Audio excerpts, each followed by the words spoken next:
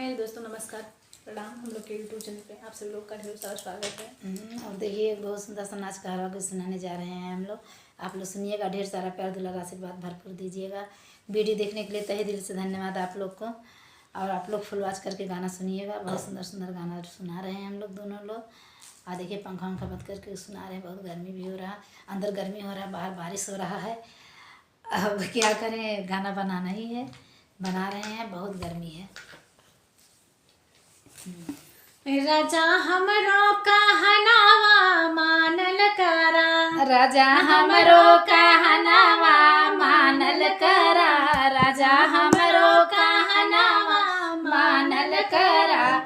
होट घरवा के खाना राजा मन को ना लागे, घरवा के खाना राजा नीको ना लागे, नीको ना लागे, भला नीको ना लागे, नीको ना लागे, भला नीको ना लागे।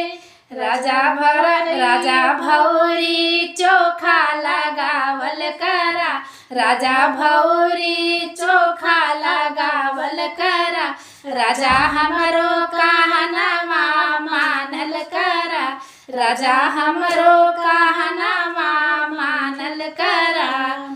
घरवा के पानी राजा मन को ना लागे, घरवा के पानी राजा नीको ना लागे, नीको ना लागे, भला नीको ना लागे। घरवा के पानी राजा नीको ना लागे।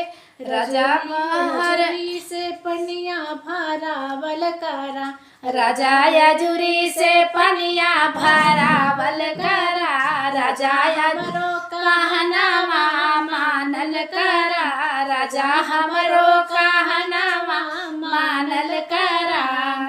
खटिया पलंगियों पे निदियो ना लागे, खटिया पलंगिया पे निदियो ना लागे, खटिया पलंगिया पे निदियो ना लागे।